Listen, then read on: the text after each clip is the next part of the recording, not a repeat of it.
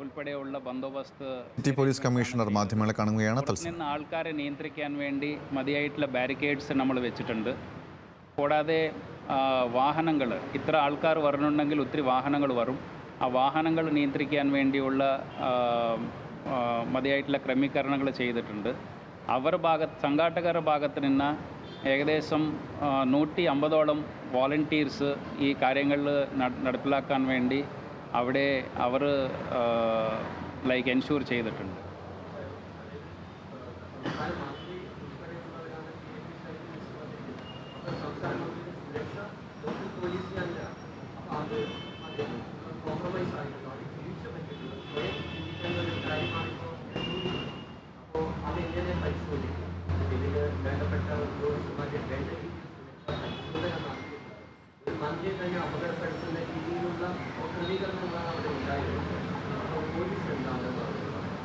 അതെ, ഇത് ഒരു പ്രൈവേറ്റ് പരിപാടിയിൽ സാധാരണ ഈ ക്രമീകരണങ്ങളെല്ലാം സേഫ്റ്റി ക്ലിയറൻസുകളെല്ലാം പല ഡിപ്പാർട്ട്മെൻറ്റുകളിൽ നിന്ന് എടുക്കേണ്ട ഒരു ഉത്തരവാദിത്ത സംഘാടകർക്കുണ്ട്.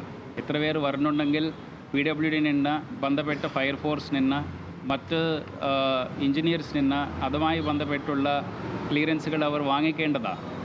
അപ്പോൾ അത് വാങ്ങിക്കാത്തത് ശരിയല്ല. ഈ കാര്യങ്ങളെല്ലാം നിങ്ങൾ പറഞ്ഞ പോലെ ഉള്ള ഇതിനകത്ത് ആരൊക്കെ എന്തൊക്കെയാണ് എൻഷൂർ ചെയ്യേണ്ടത്, അതിനകത്ത് എന്തെല്ലാം എൻഷൂർ ചെയ്തിട്ടില്ല എന്ന കാര്യങ്ങളെല്ലാം നമ്മൾ ഇൻവെസ്റ്റിഗേറ്റ് ചെയ്തു വരുന്നുണ്ട്.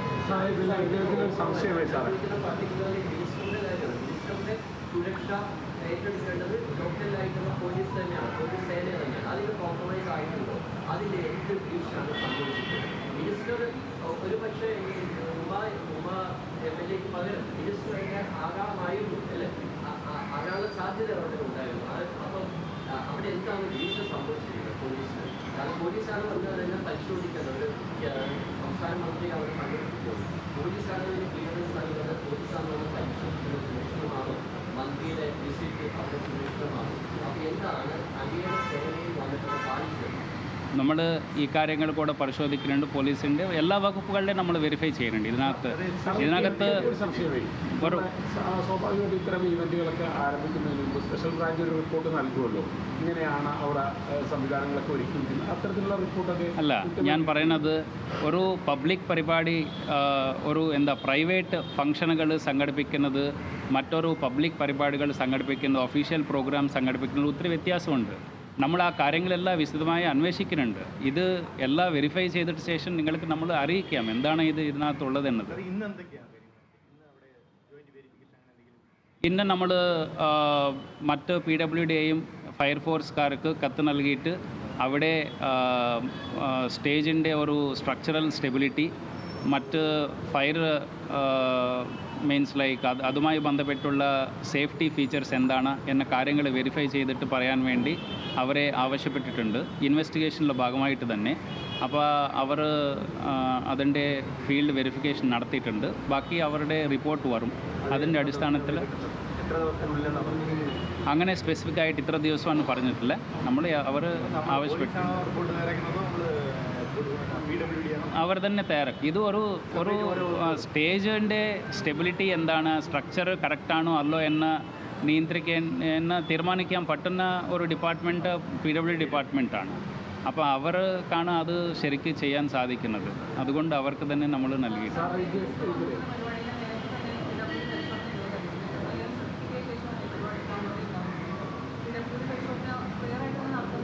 അപ്പോൾ അത് നമ്മൾ അന്വേഷിക്കുന്നുണ്ട്. PWD നമ്മളതൊക്കെ അന്വേഷിച്ചിട്ട് പറയാം. ആക്ച്വലി എന്താണ് സംഭവിച്ചതെന്ന കാര്യങ്ങളെല്ലാം ഓരോ കാര്യം അന്വേഷിച്ച് വരുന്നുണ്ട്. അതിൻ്റെ അടിസ്ഥാനത്തിൽ നമ്മളത് പറയാം.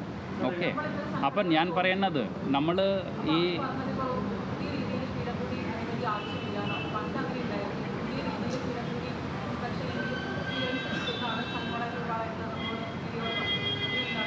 നമ്മളതൊക്കെ പരിശോധിക്കാം. ആക്ച്വലി ഇതിനകത്ത് മറ്റ് വകുപ്പുകളിൽ നിന്ന് അവർക്ക് ക്ലിയറൻസ് എടുക്കണമാണ്. ഇപ്പോൾ ഞാൻ നേരത്തെ പറഞ്ഞ പോലെ GCDA അവർക്ക് ആ ഗ്രൗണ്ട് ഏൽപ്പിച്ച കണ്ടീഷൻസിൽ തന്നെ ബന്ധപ്പെട്ട വകുപ്പുകളിൽ നിന്ന് ആവശ്യമുള്ള ക്ലിയറൻസുകൾ എടുക്കണം എന്ന് സ്പെസിഫിക് ആയിട്ട് പറയുന്നുണ്ട്. സോ ഇതെല്ലാം നമ്മൾ ഓരോ കാര്യം അതാണ് നമ്മൾ അതൊക്കെ ഞാൻ പറയുന്നത്. ഇതിൻ്റെ ഇൻവെസ്റ്റിഗേഷൻ ചെയ്ത് മുമ്പോട്ട് പോകുമ്പോൾ നമുക്ക് ഇതെല്ലാം വ്യക്തമായിട്ട് ക്ലിയറായിട്ട് നമുക്ക് വരും അവർ ആരെല്ലാം നിന്ന് അവർ എടുത്തിട്ടുണ്ട്, എന്തെല്ലാം എടുത്തിട്ടുണ്ട്. ഇപ്പോൾ ഫയർഫോഴ്സുകാരടുത്ത് അവർ കത്ത് കൊടുത്തിട്ട് നമുക്കൊരു ഫയർ ടെൻഡർ ആവശ്യപ്പെട്ടിട്ടുണ്ട്. പക്ഷേ ഫയർഫോഴ്സുകാരിൽ നിന്ന് അവർ ഇത് സേഫ്റ്റി ഭാഗത്തിൽ നിന്ന് എന്തെങ്കിലും കത്ത് കൊടുത്തിട്ടുണ്ട് എന്ന വിഷയങ്ങൾ നമുക്കിനി അറിയില്ല. അതൊക്കെ ഇൻവെസ്റ്റിഗേഷൻ ചെയ്തിട്ട് വന്നിട്ട് ആക്ച്വലി ഇൻവെസ്റ്റിഗേഷൻ നടക്കുന്നത് കൊണ്ട് നമ്മൾ കുറച്ച് കാര്യങ്ങൾ മനസ്സിലാക്കിയിട്ട് ശേഷം ഇതിനെപ്പറ്റി പറയുന്നത് ശരിയായിരിക്കും എന്നതാണ് എൻ്റെ ഉദ്ദേശം. അപ്പോൾ ബാക്കി കാര്യങ്ങൾ അടുത്ത് നമ്മൾ അറിയിക്കാം നിങ്ങളെ. അതായത് ഈ നമ്മുടെ ഈ വേദിയിൽ പരിപാടി നടക്കുന്നതിനിടെ ഒരു MLA താഴെ വീണ് ഗുരുതരമായി പരിക്കേൽക്കുന്നു.